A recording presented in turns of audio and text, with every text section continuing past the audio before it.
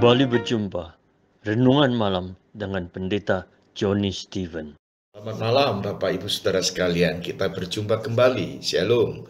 Dan selamat untuk Pak Sanikuan yang berulang tahun. Tuhan memberkati saudara dengan setia melayani melalui angklung Navision dan juga menghantarkan pelayanan firman Tuhan dalam sapaan setiap Rabu malam. Tuhan memberkati Pak Sani, Tuhan menyertai dengan segala anugerahnya. Tuhan memimpin saudara menerus sampai seterusnya. Amin. Saudaraku, Yakobus pasal 1 ayat 19 hingga 21. Hai saudara-saudara yang kukasihi, ingatlah hal ini. Setiap orang hendaklah cepat untuk mendengar, tetapi lambat untuk berkata-kata, dan juga lambat untuk marah. Sebab amarah manusia tidak mengerjakan kebenaran di hadapan Allah. Sebab itu buanglah segala sesuatu yang kotor dan kejahatan yang begitu banyak itu, dan terimalah dengan lemah lembut firman yang tertanam di dalam hatimu dan berkuasa menyelamatkan jiwamu. Tema kita malam hari ini adalah mendengar dan berbicara. Mendengar dan berbicara merupakan satu pelajaran rohani yang kita harus alami dan kuasai, saudara. Saudara, yang pertama, mendengar. Mendengar adalah pelajaran rohani yang paling dasar. Ayat yang baru kita baca ini bisa ditafsirkan dengan 4 pengertian. Pengertian yang pertama sesuai dengan konteks Yakobus 1 ayat 13 dikatakan apabila seorang dicobai, janganlah ia berkata pencobaan ini datang dari Allah. Yakobus mengatakan, janganlah kita terlalu cepat memberikan penilaian atau komentar terhadap apa yang terjadi dalam hidup ini, terhadap apa yang Tuhan lakukan dalam kehidupan kita sehari-hari ini. Yang kedua, ayat ini juga dapat dimengertikan atau diartikan bahwa semua orang harus mempunyai sikap yang benar di dalam mendengar. Mendengar terhadap pemberitaan kabar sukacita, kabar kesukaan, dan juga mendengarkan suara daripada Allah, yaitu firman Allah, di mana berita kasih setia, kasih sayang dari Tuhan. Yohanes 10 ayat 27, Yesus Kristus mengatakan, domba-dombaku itu mendengarkan suaraku. Siapa yang mempunyai telinga, hendaklah ia mendengar. Hendaklah ia mendengar, dikatakan. Saudaraku, pelajaran yang kedua, mendengar dalam pengertian kerinduan seseorang terhadap firman Tuhan ini diungkapkan oleh pemazmur. Dalam Mazmur 143 ayat 8 dikatakan, perdengarkanlah kasih setiamu kepadaku pada waktu pagi. Pemazmur mengingatkan kita agar kita memiliki kerinduan untuk mendengarkan suara Tuhan, firman Allah, Taurat Allah. Tuhan memperdengarkan dengan setianya kepada umat pilihannya. Bagaimana respon kita? Adakah kesediaan kita mau mendengarkan suara Tuhan?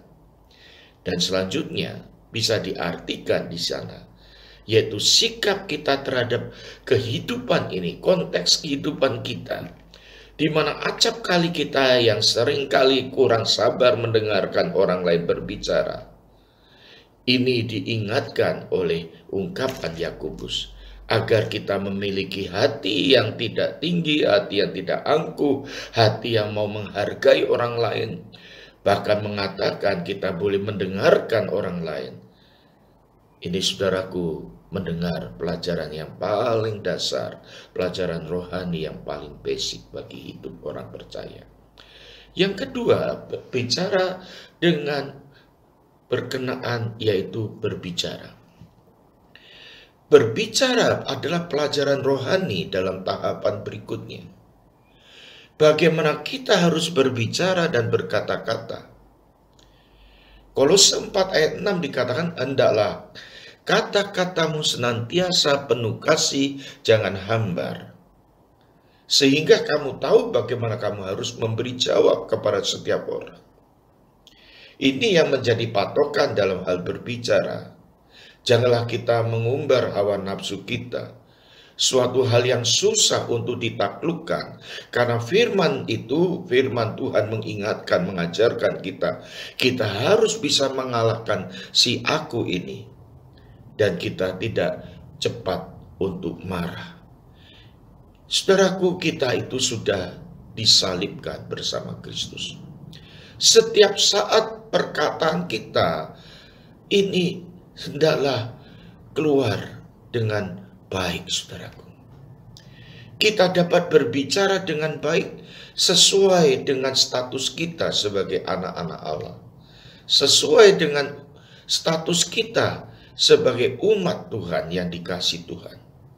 Sesuai dengan fungsi hidup kita sebagai saksi Kristus, sebagai garam dan terang dunia. Saudaraku yang dikasihi Tuhan, apa yang melandasi semuanya ini? Firman Tuhan, saudara. Hal yang terakhir inilah yang menjadi satu puncak daripada perenungan kita. Firman Tuhan adalah landasan dasar pelajaran rohani untuk kita bisa mendengar dan berbicara. Yang harus dijadikan patokan dan kekuatan kita dalam mewujudkan pelajaran mendengar dan berbicara ialah firman Tuhan. Firman Tuhan itu memberikan penyuluhan. Firman Tuhan itu kekuatan kepada kita sekalian. Firman Tuhan itu yang akan menolong dan menguatkan kita tak kala kita sekalian menghadapi situasi yang sulit pada saat-saat ini.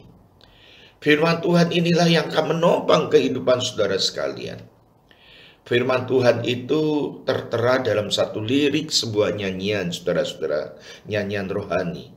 Dikatakan, waktuku bimbang dan hilang jalanku, tetaplah kau di sisiku. Takkan ku takut asal kau di dekatku, besertaku selamanya. Mengapa bisa demikian? Pemazmur katakan, karena firman-Mu itulah adalah pelita bagi kakiku dan terang bagi jalanku.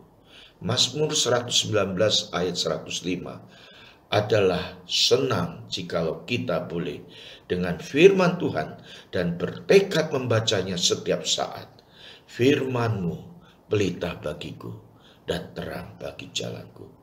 Mendengar dan berbicara didasarkan firman Tuhan indah adanya. Selamat malam, selamat beraktualisasi diri, selamat berkarya. Tuhan memberkati saudara dimanapun saudara berada. Mari kita hadapi hari-hari di depan bersama firman Tuhan. Saat ini kita akan lanjutkan mendengarkan alunan musik lagu yang akan dinyanyikan dari Angklung Nafiri Sion. Tuhan memberkati, silakan mendengarkan.